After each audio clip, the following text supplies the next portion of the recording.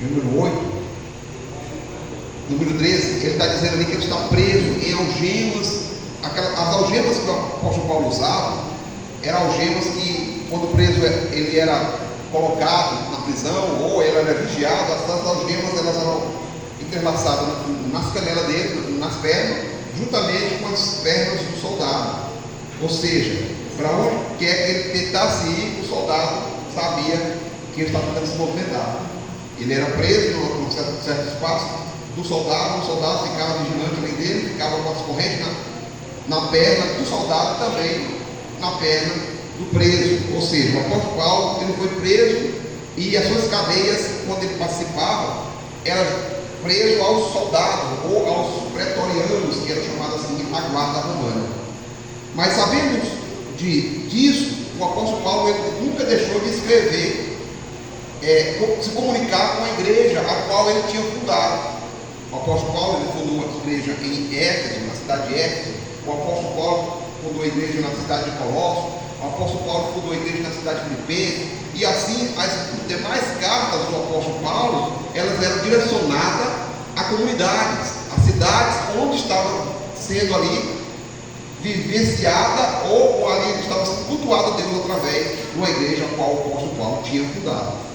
E agora o apóstolo Paulo ele vai mandar uma carta aos filipenses, sabendo da dificuldade ou até mesmo dos momentos difíceis que a igreja de Filipenses estava passando, que a igreja de Filipos estava passando. E o apóstolo Paulo ele não deixa de ter um cuidado com as pessoas a qual ele um dia foi pastor presente, porque até mesmo o apóstolo Paulo aqui, ele não está sendo pastor presente, ele é um pastor que está em outro local, ou até mesmo preso em cadeias, mas ele nunca deixa de pensar na igreja. Ele nunca deixa de pensar no povo, no rebanho a qual Deus o deu para ele. Então preste atenção aqui.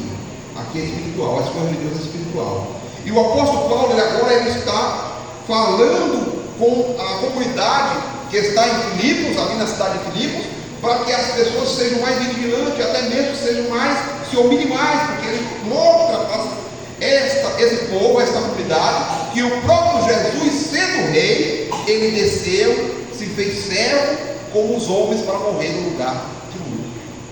E hoje, irmãos, nós estamos vivendo uma situação que ninguém mais quer se humilhar, ninguém mais quer dar o braço a torcer. Às vezes as pessoas até mesmo se intrigam, e isso não é para acontecer. Dentro da igreja não é para ter intriga, não, irmão. Dentro da igreja não é para ter inimigo, não. Ah, pastor, porque eu sou do partido do grupo B. Não, mas eu sou do partido do grupo A. Não, eu não vou com a cara do. Não, quero ir do grupo B, quer ir para o grupo A. Não, deixa ele entrar aqui no grupo A, não. O irmão do grupo A quer ir para o grupo B, não, deixa ele entrar aqui no grupo B, não. Na igreja não tem que ter isso. E o apóstolo Paulo, ele sempre tratou a igreja como os dias de hoje. Irmão, se você analisar ou ler as cartas que o apóstolo Paulo escreve às comunidades, tudo é semelhante com o que acontece nos dias de hoje. Tudo é semelhante ao que acontece nas igrejas de hoje. E o pastor, irmãos, às vezes o pastor, ele tem que pregar para a igreja a realidade do que acontece. Porque um pregador itinerante, ele vem para a igreja pregar o evangelho, ou pregar o evangelho, ele vai pregar, ele vai mexer com o teu ego. É claro, não é errado, não é errado. Mas o pastor da comunidade, ele tem que tratar com a igreja, para a igreja crescer com saúde. A igreja tem que crescer com saúde. Igreja que cresce com saúde, irmão, tudo prospera. Prospera as finanças da igreja, prospera as finanças dos irmãos, prospera a vida espiritual dos crentes, porque a igreja está crescendo com saúde. E o apóstolo Paulo, ele não deixou de ensinar a sua casa, a sua igreja. Ele não deixou. E quando ele sabia, irmã, Leite, que havia uma confusão, até mesmo o confuseiro, o bagunceiro, aquele que só vivia contente, ele mandava entregar para Satanás. Ele mandava tirar do meio do povo aquela pessoa que vivia com contenda e entregar para Satanás. E isso, explicitamente, ele fala assim em suas cartas. Eliseu, o apóstolo Paulo. Agora, se um pastorzinho assim qualquer dizer, entrega esse carro para Satanás, moça, aí a pedra se pega, esse pastor aí não tem amor, esse pastor aí é assim. Deus me livre de falar isso no Senhor, mas dá uma vontade de falar mesmo, mas não vai falar não. Mas o apóstolo Paulo, ele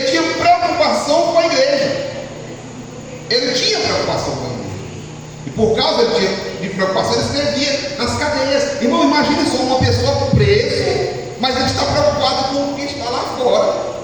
Ele está preso, ele está apoiando, porque as marcas que o apóstolo Paulo, em suas cartas, eu carrego as marcas de Cristo. As marcas que o apóstolo Paulo carregava de Cristo, eram chibatadas nas costas. Literalmente as marcas eram chibatadas que ele levava nas costas, normalmente. Por quê? Porque ele tinha vontade de fazer a vontade de Deus. Irmãos, tem gente que não aguenta levar não para né? É crente, de novo que a pedra tocou o codô. Levantou para quem é pedra do campo. Imagine só o apóstolo Paulo levando chicotada, mas ele estava convicto na sua fé e de estar continuando a obra de Deus. Nós temos que continuar a obra de Deus, irmão. Mesmo que nós levamos topada em pedras, nós temos que continuar esta obra. Nós estamos passando por esses dias aí, o pastor está um pouco parado essa questão, porque está chovendo, né? Mas a minha mente ela é bombardeada o dia todo pensando nesta igreja. O que eu vou fazer? O que eu vou fazer? Tenho que limpar o terreno? Eu tenho que botar no ventilador? Eu tenho que fazer aqui o forro? Eu tenho que ajeitar? Todo tempo eu tenho que. Por que a irmã fulana não veio? Por que está acontecendo isso? A gente está todo tempo pensando para o crescimento da obra. E às vezes, irmãos, o dia a dia nos suga. Quero dizer para vocês, irmãos, que vocês estão de parabéns. A congregação pode poder estar de parabéns. É uma igreja, irmãos, que os irmãos tentam se comunicar para trabalhar. É uma igreja que esse ano ela vai multiplicar. Irmãos, a fonte de poder ela está só multiplicando. Prestem atenção. A fonte de poder está sendo só abençoada. E nós vemos aqui, irmãos, que o apóstolo Paulo ele vai agora dar um exemplo de Cristo. O versículo de número 5 diz: tende em vós mesmo o sentimento que houve também em Cristo Jesus. Irmãos, Jesus ele tinha um sentimento altruísta. O que é isso, pastor? É alguém que dá a si mesmo pelo outro. É que meu pai, ou uma mãe, um filho, prefere dar lugar na vida para o filho viver bem. Prefere ver um filho melhor do que ele. Jesus ele ama o seu filho, ele ama os seus, e ele prefere que nós tenhamos este amor de amar o próximo como a si mesmo. Quando Jesus ele estava pregando aqui na terra, como homem, falando do seu amor, ele foi muito apedrejado. Ele foi muito apedrejado. Porque tudo que nós fazemos, irmãos, em prol do reino, nós vamos ser apedrejados. Se você tem um projeto na mente que quer fazer, não se importe. Faça em direção por Deus. Sempre vai ter alguém que vai dizer alguma coisinha. É que nem casamento, irmãos. Quando você arruma o seu namorado, o seu noivo, a sua noiva, aí vai aparecer um caído. Vai casar mesmo assim, homem aí.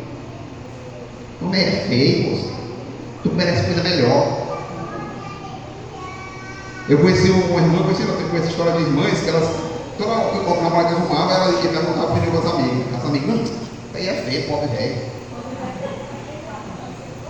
Até hoje ela está depressiva, com 50 anos de idade ela não casou.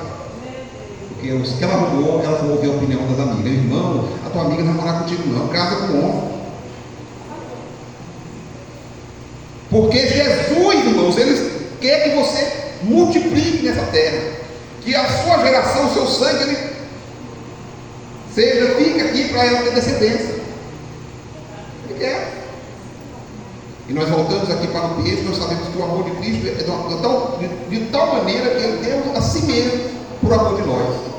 Essa comunidade, irmãos, elas está aqui hoje, esta igreja, porque alguém se doou para ela. Pastor, e como é que foi isso? Eu vou dizer como é que foi. Jesus, ele morre. Ele morre, ao terceiro dia ele ressuscita e ele deixa a igreja. Os apóstolos vieram, depois veio o apóstolo Paulo, e ela foi adentrando em todos os países do mundo. A igreja chegou, a Assembleia de Deus chegou no Brasil, e daqui vinham os pioneiros, e esse campo também foi desbravado por um pioneiro, o pastor Adão.